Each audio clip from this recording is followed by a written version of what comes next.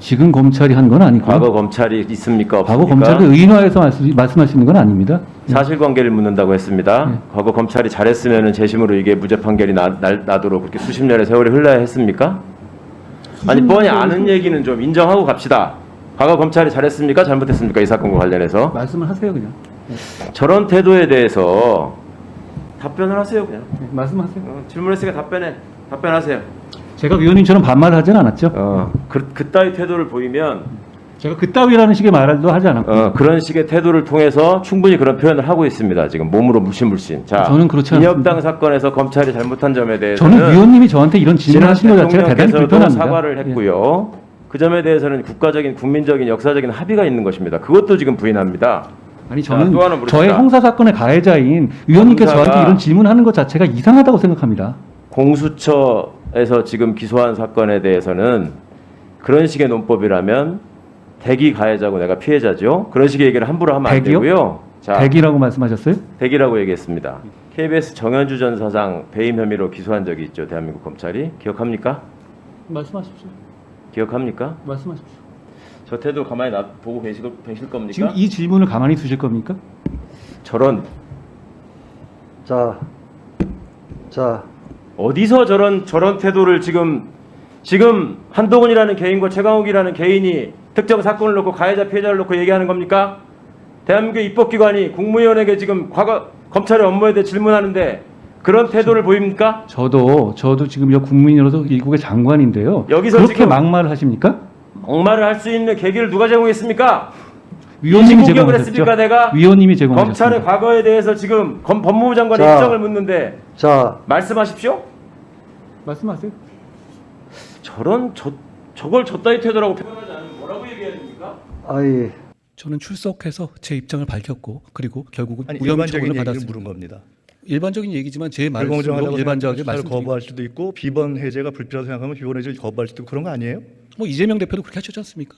본인 얘기를 물어보면 다른 사람 얘기를 하는 게 습관이신가 봐요. 아닙니다. 의원님도 지금 보면 일반론을 말씀하시면 저를 자. 비난하고 싶어 하시는 거잖아요. 수사받는 당사자가 쇼핑하듯이 수사기관을 선택할 수 있는 나라는 민주법치 국가 중에는 없다 이렇게 말씀하셨어요. 예, 동의하실 것 같습니다. 검찰을 못 믿겠으니까 대장동 특검을 하자고 하니까 이제 하신 답변인데 예. 불공정한 검찰 수사나 비번 해제 요구를 한 장관이 거부하면 상식이고 상대가 거부하면 쇼핑이고 부당한 겁니까? 저 질문이 잘못됐습니다. 제가 받은 요구는 저는 거기에 대해서 제 헌법적인 권한을 행사한 것이고요. 거기에 따라서 무혐의 처분을 받은 것이죠. 저는 오히려 그 문제를 제기하고 그렇게 정치적으로 이용했던 민주당이 사과해야 한다고 상대방이 생각합니다. 검찰 수사에서 문제 제기를 하는 것은 헌법적인 권리가 아닌가요? 다시 한번 제가 시끄러워서 잘 안 들렸습니다. 말씀해 주시겠습니까? 예, 잘 안 뭐 들렸습니다. 넘어가죠. 뭐 들으셔도 어차피 답변을 잘 못할 것 같아서 아니요, 저는 답변 야당 대표에 대한 검찰 수사가 공정하냐 여론조사를 하면은 평균 50% 이상이 불공정하다 이렇게 답이 나오는 건 알고 계시죠? 위원님, 그 죄는 증거와 팩트로 정하는 것이지 여론조사로 정하는 것이 아닙니다. 내가 지금 여론조사 물었잖아요, 장관님. 위원님, 제가 위원님의 질문에 대해서 그 프레임 안에서만 답해야 하는 것은 아니죠. 이명박 전 대통령이 2008년에 무혐의를 받고 2018년에 유죄를 받은 이유가 권력이 무서워서 입을 닫았던 증인들이 나중에야 사실대로 말해서다 이렇게 어제 말씀하셨죠. 그렇게 볼 측면이 있습니다. 제가 직접 관여했었으니까 그런 점이 있었습니다.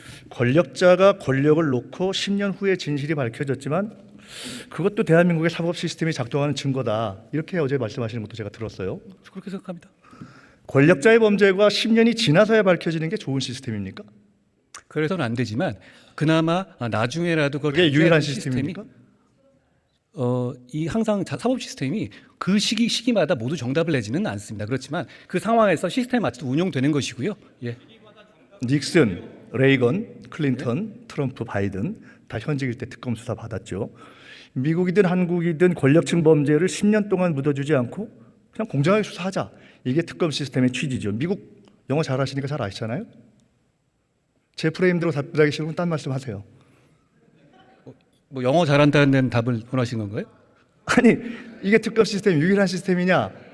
이게 10년 묻어두는 게 좋은 사법 시스템이냐 시스템이 여쭤봤잖아요. 증거와 팩트에 따라서 그 시점에서 최선을 다하는 시스템입니다. 표를 더 받았다고 죄가 없어지면 민주주의가 아니다. 한동훈 장관의 명언 맞죠? 동의 안 하십니까? 동의하실 것 같은데요? 저는 동의도 하고요. 그 말을 듣고서 대통령 부인 수사지원에 대해서 말씀하시는 줄 알고서 역시 한동훈이나 이랬는데 아니더라고요. 선거에 이겼다고 야당은 100대를 때리고 대통령 부인은 한 대도 안 때리고 수사도 안 한다. 이런 여론이 조사마다 50%를 넘는데 그렇게 보는 국민이 바본가요? 거기에 대해서 사법 시스템에 따라서 처리되면 될 문제고요. 위원님 잘 아시다시피 여론조사에 제가 대한 국민의 반응을 물었어요. 국민의 반응을 저한테 화를 내실 일은 아니고요. 오만하게 대답하지 마십시오. 위원님, 입니다. 위원님. 그리고 국민의 50%가 그렇게 생각하는데 그게 잘 됐냐 못 됐냐를 물었다면 위원님. 국민에 대한 판단에 대한 본인의 의견을 말하는 것이 양식 있는 자세입니다. 위원님, 지난 정부 초반에 소위 말하는 적폐 수사 제가 전담했었거든요. 그때 저 굉장히 응원하셨던 걸로 기억합니다. 입장이 바뀌신 이유는 뭔지 제가 오히려 저는 묻고 싶습니다. 오늘 이미 뭐 그냥 몇 가지 질문으로 피해 가시는 걸로 제가 뭐 질문은 충분히 다 했다고 봅니다. 예? 혹시 한적한이라는 말 들어보셨습니까? 말씀해 주시면 제가 잘 듣겠습니다. 한 장관의 말이 부메랑이 돼서 한 장관이 적이 될 거라는 뜻인데 아마 오늘부터 듣게 되실 거예요. 하고 뭐 그 결제금액 가린 문제 있잖아요. 그거는 판결 취지대로 하고 있는 것이다라고 법무부가 여러 번 보도자료를 냈더라고요. 알고 계시죠? 특활비는 그게 영수증하고 관계없고요. 그거는 업추비를 말씀하시는 네. 거였습니다. 아직 뭐 특활비 업무 아니 그거 추진비 섞어서 얘기가 얘기하니까 제가 모아져 지적을 해야 있으니까 되는 얘기하잖아요. 그러니까 취지를 잘 알면 취지에 맞게 답변을 해보세요. 그러니까 자 상호하고 계산 내역 답변을 기회를 안 지우고 주겠으면 또 답변을 지우고 발표 저렇게 그러니까 자꾸 깐죽거린다는 소리 듣는 거예요. 얘기를 깐죽거린다는 말 아니, 직접 하는 자. 정도는 좀 심하지 않아요? 아니, 그동안에 말씀을 좀 답변하면서 맨날 반말하지 마세요라고 얘기하죠. 예. 깐죽거리지 마세요. 그러니까 자꾸 반말 듣는 거예요. 최강욱 의원님. 위원장님, 저는 이거는 저 항의를 드릴 수밖에 이거 봅시다. 없습니다. 예, 저는 해당 이거 항의 드릴 수밖에 음식점을 없고요. 네. 음식점의 이 얘기 상호하고 제가 결제 사과 안 하면 금액을 제가 답변하지 않겠습니다. 본인 이 얘기는 국회 본회의장에서도 들었던 얘기고 국민들이 다 들어서 알고 계시는 얘기예요. 응? 제발 좀 태도를 무겁게 가지기 바랍니다. 최강욱 의원님한테 음식점에 그런 얘기 들으니까 대한 진짜 이상합니다. 아, 저렇게 꼭 하여튼 그 국무위원의 태도냐고요. 그게 국회의원의 태도입니까? 그럼 국회의원으로서 지금 정부 책임자한테 묻고 있는데 개인적인 감정을 가지고 자꾸 깐족거리는 거 보이니까 그렇게 그러면 안 되는 갑질하라고 거죠. 그 자리에 있는 건 아니잖아요. 갑질이 아니라 지금 질문을 하는데 자꾸 딴소리하면서 시간 보내는 아니 거잖아요. 갑질하면서 자, 자기 막말하는 게 그렇게 질문합니다. 본안이 있다는 거예요? 질문합니다. 판결 질문하세요. 취지에 따라서 음식점의 상호와 결제 내역을 가리고 공개하는 것이 판결의 취지에 맞게 법무부는 하고 있다.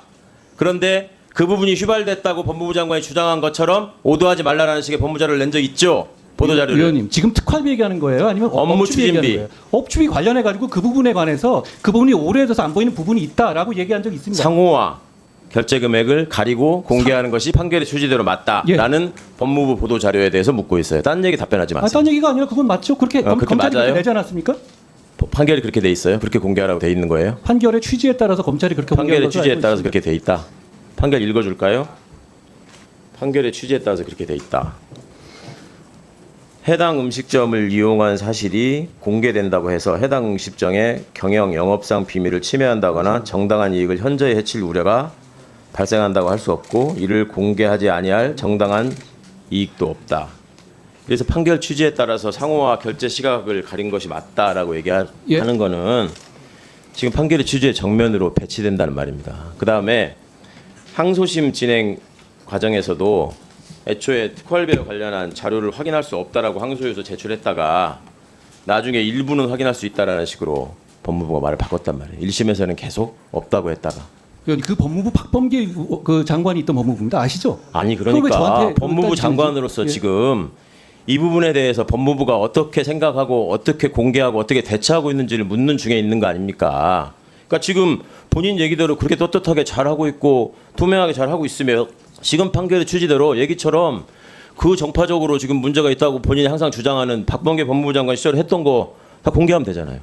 왜 공개를 제대로 못하고 판결 취지도 왜곡하면서 지금 뭐 업무 추진비냐 특활비냐 그거 지금 말장난하자고 묻는 게 아니잖아요. 지금 말장난이 아니라 섞어서 여기서 물어보고 있잖아요. 애초에 이 예. 판결이 이렇게 나온 취지가 뭐예요? 알고 있지 않습니까? 응? 감사원장님, 이 특활비를 가지고요 법원에다가 이렇게 판결이 소송이 제기되고 이렇게 한 취지가 예산의 투명성, 공공성, 집행에 관한 공정성 이런 것들을 확인하기 위한 것이라는 걸 알고 있습니다. 그걸 저한테 질문하실 일은 아닌 것 같고요. 말씀하십시오. 대답을 좀 하시라고요. 이해를 하시는지를 짚고가는 겁니다. 예, 말씀하시면 제가 다 듣겠습니다. 이해를 못 하시는 겁니까? 아니면 무시하시는 겁니까? 아니요, 저한테 있었던 일을 저한테 확인하실 문제는 아니고요. 저하고 이렇게 가져오신 자료가 있으시면 저한테 설명해 주시면 제가 거기에 대해 성실하게 답변 드리겠다는 취지입니다. 예.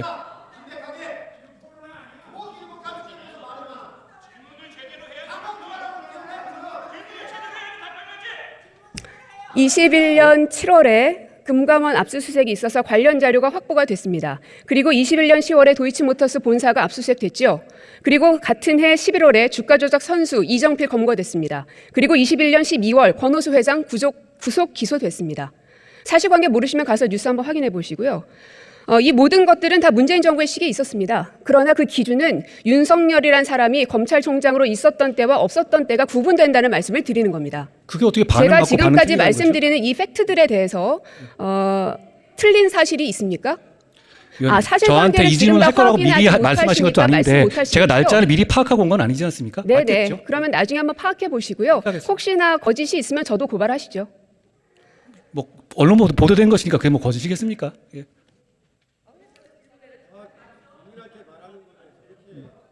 계속 말씀드리지만 결국은 21년 7월부터 본격적인 수사에 들어갔지만 21년 말경부터는 대통령 선거에 본격적으로 대한민국이 돌입이 됐고 그리고 모든 수사들은 다 멈춰져 버렸습니다. 12월 이후에.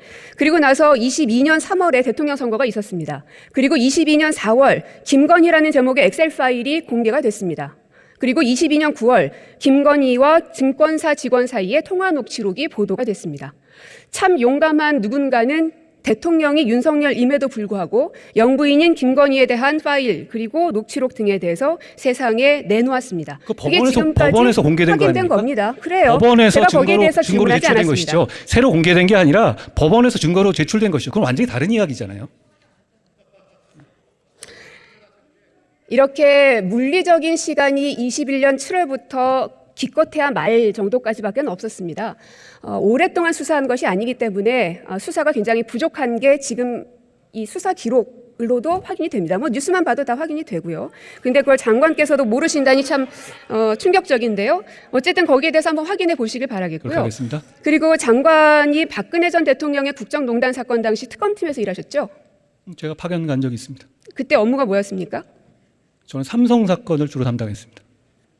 박근혜 대통령의 국정농단 사건 가운데 삼성 관련된 것을 하셨다. 결과적으로 21년 대법원에서 징역 20년, 벌금 180억 확정됐죠. 그런데 여기에 대해서 과도하다는 비판도 있습니다. 어떻게 생각하십니까? 저는 사법부의 대법원의 판결을 존중합니다. 그리고 11월 지난해였습니다. 그 전이었죠. 사실은 제가 장관님께 다른 질문을 드렸는데 장관님께서는 독직폭행을 계속 말씀을 하시더라고요. 그런데 11월에 그 독직폭행 정진웅 검사는 대법원에서 무죄 판결을 받았군요. 네, 여기에 대해서 대법원 판결 존중하십니까? 제가 공감하지 않는 부분이 있지만 당연히 존중은 합니다. 제가 그렇게 입장을 냈고요. 그래서 네, 대법원 판결이라는 게 그렇게 중요한 건가요?